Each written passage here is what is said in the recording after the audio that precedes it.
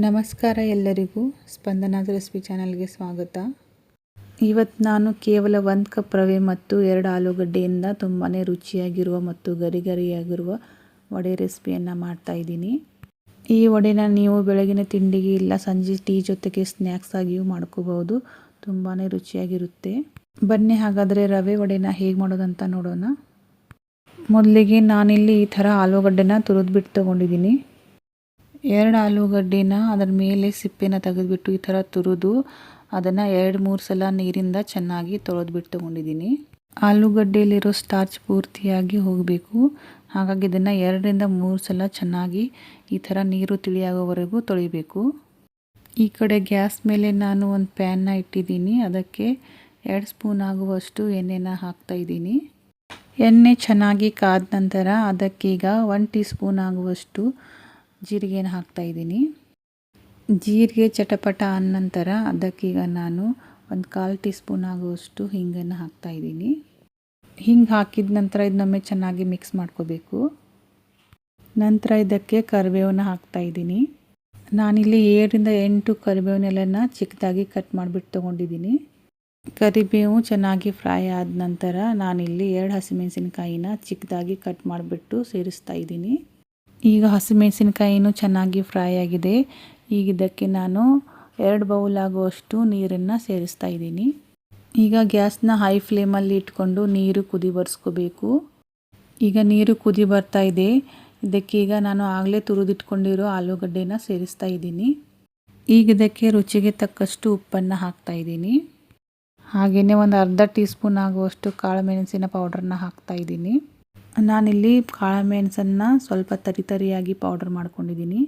ಈಗ ಒಮ್ಮೆ ಇದನ್ನು ಚೆನ್ನಾಗಿ ಮಿಕ್ಸ್ ಮಾಡಿ ಇದು ಒಂದು ಕುದಿ ಬರಬೇಕು. ಅಲ್ಲಿವರೆಗೂ ಇದನ್ನು ಕುದಿಸ್ಕೋಬೇಕು. ಇದನ್ನು ಜಾಸ್ತಿ ಕುದಿಸೋದು ಬೇಡ, ಬರೀ ಒಂದು ಕುದಿ ಬಂದರೆ ಸಾಕು. ನೋಡಿ ಈಗ ನೀರು ಕುದೀತಾ ಇದೆ. ಈಗ ಗ್ಯಾಸ್ನ ಲೋ ಫ್ಲೇಮಲ್ಲಿ ಇಟ್ಕೊಂಡು ನಾನು ಇದಕ್ಕೆ 1 ಕಪ್ ಆಗುವಷ್ಟು ರವೆನ ಹಾಕ್ತಾ ಇದ್ದೀನಿ. ರವೆ ಹಾಕುವಾಗ ಸ್ವಲ್ಪ ಸ್ವಲ್ಪ ಹಾಕಿ ಬೇಗ ಈ ಥರ ಮಿಕ್ಸ್ ಮಾಡ್ಕೊಳ್ಳಿ, ಇಲ್ಲಾಂದರೆ ಅದು ಗಂಟು ಆಗಿಬಿಡುತ್ತೆ. ಹೀಗೆ ಗಂಟುಗಳಾಗಿದ್ದರೆ ಸ್ವಲ್ಪ ಹೊಡಿತಾ ಈ ಥರ ಮಿಕ್ಸ್ ಮಾಡ್ಕೊತಾನೆ ಇರಬೇಕು. ಹೀಗೆ ಮಿಕ್ಸ್ ಮಾಡ್ತಾ ರವೆ ಗಟ್ಟಿ ಆಗ್ತಾ ಬರುತ್ತೆ. ಅಲ್ಲಿವರೆಗೂ ಇದನ್ನು ಚೆನ್ನಾಗಿ ಮಿಕ್ಸ್ ಮಾಡಬೇಕು. ಈ ಥರ ಪ್ರೆಸ್ ಮಾಡ್ತಾ ಇದನ್ನು ಬೇಯಿಸ್ಕೊಳ್ಳಿ. ಯಾಕಂದರೆ ರವೆಯಲ್ಲಿ ಗಂಟು ಏನಾದರೂ ಆಗಿದ್ದರೆ ಅದು ಒಡೆಯುತ್ತೆ. ನೋಡಿ ಈ ಥರ ಇದು ಗಟ್ಟಿಯಾದರೆ ಆಯಿತು. ಈಗ ಇದನ್ನು ನಾನು ಬೇರೆ ಪ್ಲೇಟಲ್ಲಿ ಹಾಕಿದ್ದೀನಿ. ಇದನ್ನು ಪೂರ್ತಿಯಾಗಿ ಈ ಥರ ಹರಡ್ಕೋಬೇಕು. ಯಾಕಂದರೆ ಇದು ತಣ್ಣಗಾಗಬೇಕು. ಈಗ ಇದು ಪೂರ್ತಿಯಾಗಿ ತಣ್ಣಗಾದ ನಂತರ ಇದನ್ನು ನಾವು ನಾದ್ಕೋಬೇಕು. ಈ ಥರ ಒಂದು ಬಟ್ಟಲ್ ಸಹಾಯದಿಂದ ಇದನ್ನು ಹೀಗೆ ನಾದ್ಕೊಳ್ಳಿ. ಹೀಗೆ ಮಾಡೋದ್ರಿಂದ ರವೆಯಲ್ಲಿ ಏನಾದರೂ ಗಂಟುಗಳಿದ್ದರೆ ಒಡಿತವೆ ಮತ್ತು ಹಿಟ್ಟು ಚೆನ್ನಾಗಿ ಸಾಫ್ಟಾಗಿ ಬರುತ್ತೆ. ಈಗ ಕೈಗೆ ಸ್ವಲ್ಪ ಎಣ್ಣೆನ ಹಚ್ಕೊಂಡು ಇದನ್ನು ಚೆನ್ನಾಗೀಗ ನಾದ್ಕೋಬೇಕು. ಇದು ಸ್ವಲ್ಪ ಕೈಗೆ ಅಂಟುತ್ತೆ, ಹಾಗಾಗಿ ಎಣ್ಣೆನ ಹಚ್ಕೊಂಡೇ ನಾದ್ಕೋಬೇಕು. ಇದು ಪೂರ್ತಿಯಾಗಿ ಸಾಫ್ಟ್ ಆಗಬೇಕು. ಅಲ್ಲಿವರೆಗೂ ಇದನ್ನು ಚೆನ್ನಾಗಿ ನಾವು ನಾದ್ಕೋಬೇಕು. ನಾವು ಎಣ್ಣೆಯಲ್ಲಿ ವಡೆ ಕರಿಬೇಕಾದರೆ ಅವು ಒಡಿಬಾರ್ದು. ಹಾಗಾಗಿ ಇದನ್ನು ಎಷ್ಟು ಆಗುತ್ತೋ ಅಷ್ಟು ಸಾಫ್ಟಾಗಿ ಚೆನ್ನಾಗಿ ನಾದ್ಕೊಳ್ಳಿ. ನೋಡಿ ಈ ಥರ ಹಿಟ್ಟು ಪೂರ್ತಿಯಾಗಿ ಸಾಫ್ಟಾಗಿರಬೇಕು. ಅಲ್ಲಿವರೆಗೂ ಇದನ್ನು ಚೆನ್ನಾಗಿ ನಾದ್ಕೋಬೇಕು. ಈಗ ವಡೆ ಮಾಡ್ಕೊಳ್ಳೋಣ. ಅದಕ್ಕಾಗಿ ನಾನಿಲ್ಲಿ ಸ್ವಲ್ಪ ಕೈಗೆ ಎಣ್ಣೆನ ಸವರ್ಕೊಂಡಿದ್ದೀನಿ. ಮತ್ತು ಈಗ ಸ್ವಲ್ಪ ಹಿಟ್ಟನ್ನು ತಗೊಂಡು ಅಂಗೈಯಲ್ಲಿ ಈ ಥರ ರೌಂಡ್ ಆಗಿ ಮಾಡಿ ಅದನ್ನು ಮತ್ತೆ ಪ್ರೆಸ್ ಮಾಡಬೇಕು.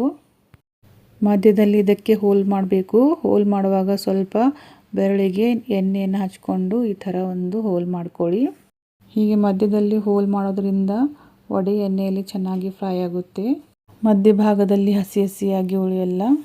ಈ ಥರ ನಾನು ಎಲ್ಲ ವಡೆಗಳನ್ನು ರೆಡಿ ಮಾಡಿಟ್ಕೊಂಡಿದ್ದೀನಿ. ಈಗ ಈ ವಡೆಗಳನ್ನು ಎಣ್ಣೆಯಲ್ಲಿ ಫ್ರೈ ಮಾಡ್ಕೋಬೇಕು.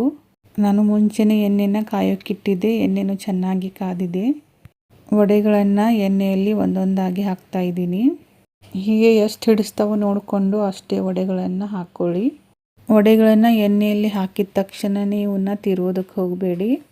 ಒಂದು ಸೈಡ್ ಇವು ಫ್ರೈ ಆದ ನಂತರ ಇವನ್ನ ಮತ್ತೆ ಹೊಳಿಸಿ ಹಾಕಿ ಇನ್ನೊಂದು ಸೈಡ್ ಫ್ರೈ ಮಾಡ್ಕೊಳ್ಳಿ.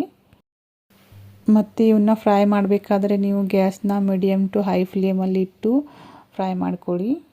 ಇವನ್ನು ಲೋ ಫ್ಲೇಮಲ್ಲಿ ಇಟ್ಟು ನೀವು ಫ್ರೈ ಮಾಡ್ಕೋಬೇಡಿ. ಯಾಕಂದರೆ ಇವು ಲೋ ಫ್ಲೇಮಲ್ಲಿ ಇಟ್ಟರೆ ತುಂಬಾ ಎಣ್ಣೆ ಹೀರ್ಕೊಂಡ್ಬಿಡುತ್ತವೆ. ನೋಡಿ ಈ ಥರ ಹೊಂಬನ್ನು ಬರೋವರೆಗೂ ಇವನ್ನ ಫ್ರೈ ಮಾಡ್ಕೋಬೇಕು. ಎಲ್ಲ ವಡೆಗಳನ್ನು ನಾನು ಈ ಥರ ಫ್ರೈ ಮಾಡ್ಕೋತಾ ಇದ್ದೀನಿ. ನಿಮಗೆ ಯಾವ ಸೈಜಲ್ಲಿ ಬೇಕೋ ಆ ಸೈಜಲ್ಲಿ ವಡೆನ ಮಾಡ್ಕೋಬಹುದು. ಆದರೆ ಸ್ವಲ್ಪ ದೊಡ್ಡದಾಗಿ ಮಾಡಿದರೆ ಫ್ರೈ ಆಗೋದಕ್ಕೆ ಸ್ವಲ್ಪ ಟೈಮ್ ತೊಗೊಳುತ್ತೆ ಅಷ್ಟೇ. ನೋಡಿ ಈ ಥರ ನಾನು ಎಲ್ಲ ವಡೆಗಳನ್ನು ಫ್ರೈ ಮಾಡ್ಕೊಂಡು ತೊಗೊಂಡಿದ್ದೀನಿ. ಈ ವಡೆನ ನೀವು ಬೆಳಗಿನ ತಿಂಡಿಗೆ ಇಲ್ಲಾಂದರೆ ಸಂಜೆ ಸ್ನ್ಯಾಕ್ಸ್ ಥರನೂ ಮಾಡ್ಕೋಬಹುದು.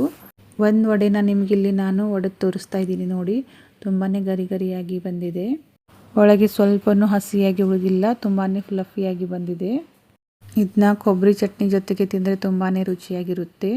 ಈ ಥರ ಗರಿ ಗರಿಯಾಗಿರುವ ಮತ್ತು ರುಚಿಯಾಗಿರುವ ವಡೆಯನ್ನು ನೀವು ಒಂದ್ಸಲ ಟ್ರೈ ಮಾಡಿ. ಇವತ್ತಿನ ಈ ವಡೆ ರೆಸಿಪಿ ನಿಮಗೆಲ್ಲ ಇಷ್ಟವಾಗಿದೆ ಅಂದ್ಕೊಂಡಿದ್ದೀನಿ. ಮತ್ತೆ ಬೇರೆ ರೆಸಿಪಿಯೊಂದಿಗೆ ಭೇಟಿಯಾಗ